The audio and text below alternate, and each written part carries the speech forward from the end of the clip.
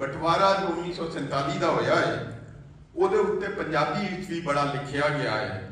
ਸਾਡੇ ਗੁਜਰਾਂਵਾਲੇ ਤੋਂ ਅਮ੍ਰਿਤਾ ਪ੍ਰੀਤਮ ਨੇ ਵਾਰਿਸ ਸ਼ਾਹ ਨੂੰ ਯਾਦ ਕੀਤਾ ਸੀ ਤੇ ਕਿਹਾ ਸੀ ਕਿ ਅੱਜ ਅੱਖਾਂ ਵਾਰਿਸ ਸ਼ਾਹ ਨੂੰ ਕਿਤੋਂ ਕਬਰਾਂ ਵਿੱਚੋਂ ਬੋਲ ਤੇ ਅੱਜ ਕਿਤਾਬੇ ਇਸ਼ਕ ਦਾ ਕੋਈ ਅਗਲਾ ਵਰਕਾ ਫੋਲ। ਇੱਕ ਰੋਈ ਸੀ ਧੀ ਪੰਜਾਬ ਦੀ ਤੂੰ ਲਿਖ ਲਿਖ ਮਾਰੇ ਬੈਣ ਅੱਜ ਲੱਖਾਂ ਧੀਆਂ ਰੋਂਦੀਆਂ ਤੈਨੂੰ ਵਾਰਿਸ ਸ਼ਾਹ ਨੂੰ ਕਹਿਣ ਉੱਠ ਦਰਦਮੰਦਾਂ ਦੇ ਦਰਦਿਆ ਉੱਠ ਤੱਕ ਆਪਣਾ ਪੰਜਾਬ अज बेले लाशां पिछियां ते लहू दी भरी जनाब जिथे वजदी सी फूक प्यार दी ओ वंजली गई गवाच रांझे दे सब वीर अज भुल गए ओदी जाच वे अज सबे कैदो बन गए हुसन इश्क दे चोर अज कित्थों लियाइए लभ के वारिस शाह एक होर ते अज दा जिहड़ा इकट्ठ है ये ओही वंजली है प्यार दी ते वारिस शाह ते दूजे प्यार का पैगाम देने वालियां दी राह है। पिछले दिनों जो करोना वायरस आया सी ते मैं एक छोटी जी कहानी लिखी ओदा नाम करोना वायरस नहीं सी ओदा नाम सुकूना वायरस सी। किसी ने कहा जिस तरह अंग्रेजी कहते हैं ना चिल वायरस वो कहानी जो मैं लिखी छोटी जी ते साडे दोस्त है ने अली अफजल पंजाबी दे शायर भी ने उन्होंने उस कहानी का पंजाबी तर्जमा किया मगर नज़म तो मैं अज अपनी गल उस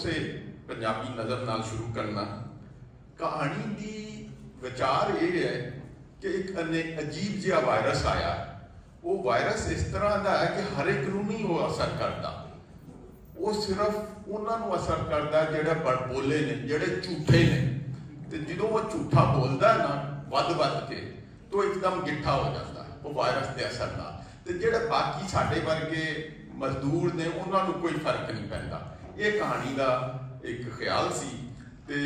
पंजाबी नज़म साढ़े जो दोस्त ने अली अफजल उन्होंने कहा मैं दो बंद होते पेश करना कि एक अनोखा वायरस यारो दुनिया ते सी आया कुछ पासे सी सब सी चंगा किथे हनेर मचाया कुछ शहरों में हूद आलम ना कोई आवे जावे जो बड़ बोला मुंह नूं खोले वो निकाह हो जावे पीर मिनिस्टर मौलवी जर्नल एंकर शैंकर कोई भी बच ना पाया सब सी मुंह लुकाउंदे फिरदे सब नूं पड़तू पाया अद्धी लीड सी बोनी हुई बाकी अंदरे बैठी कई सियाणे बोले इन्ना जो बोया वो पाया ते चूड़ियां वाले मास सन बनते मुंह नूं बंद करावन फिर भी आदत छड़ना पावन ये गला कर जावन सब नूं थोड़ा सुकून सी लभ्या लोकी खुश सन फिरते इस सुकून के कारण ये वायरस सुकूना को आया। लहंदे पंजाब के एक शायर ने गुलाम हुसैन नदीम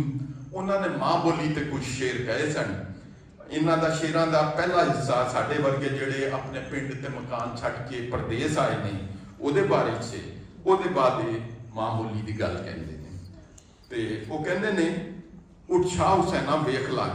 असी बदली बैठे भेस साडी जिंद नमानी उगदी असा रुल गए विच परदेस साडा हरदम जी कर लाउंदा साडी नहर वगावे अख असा जिउंदे जी मर गए साडा माधू होया वख सानू सब गमे दा डंदा सानू सब समय दा डंदा सानू पल पर चढ़दा जहर साडे अंदर बेले खौफ दे साडे जंगल बन गए शहर असां शव गवां विच डुब गए साडी रुड़ गई है पतवार साडे बोलन ते पाबंदियां साडे सिर लटके तलवार असां नैना दे खूह गेड़ के कीती वतर दिल दी पौं ए बंजर रही नमानी सानू सज्जन तेरी सौं असां उतों शांत जापते साडे अंदर लगी जंग सानू चुप चपीता वेख गए पाए आखण लोग मलंग ते गुरु नानक की गल हुई है। गुरु नानक महराज के बारे वो कहते हैं आ तलवंडी दे बादशाह गुरु नानक जी महाराज तू लाडला बेली मां दा तेरी जग ते रहनी वाज लै फैज फरीद कबीर तू कीता उल्फत दा प्रचार तू नफरत दे विच डुब दे कई बेड़े कीते पार तू मान वधाया पुरुष दा तू वंडिया अत प्यार, पासत दी छाननी पाप चों तू लिता पुन नितार। तेरा वसे गुड़ गुदवाड़ा, तेरा उच्चा होवे नाम, दिन राती सीसा देंदी तेनू नानक बोली मां। ते यही शायर शव कुमार बटालवी की गल करता है, जिन्हें पंजाबी की खिदमत की है। कहता आ शव कुमार प्यारिया, मंग मां बोली दी खैर, असा टुर पै तेरी राह ते, असा नपी तेरी पैड़। तू छोटी उम्रे प्यारिया, कीता उम्रों वध कमाल, तू मां बोली दे बूटा, लिया लहू अपने नाल पाल। तू बन्ने पीर पराकड़े, तू पीती घोल रसौन, तेरा लिखिया गाना कट दे कै सुर दे शाह कलौंत। पाछापा छले पैंथड़ा, ला टिक्का नथ पजेब, तू वट के लफ्ज अनोखड़े, परी मां बोली दी जेब। तुसा सब सुच्चे सुचड़े रल पेश करो फरियाद,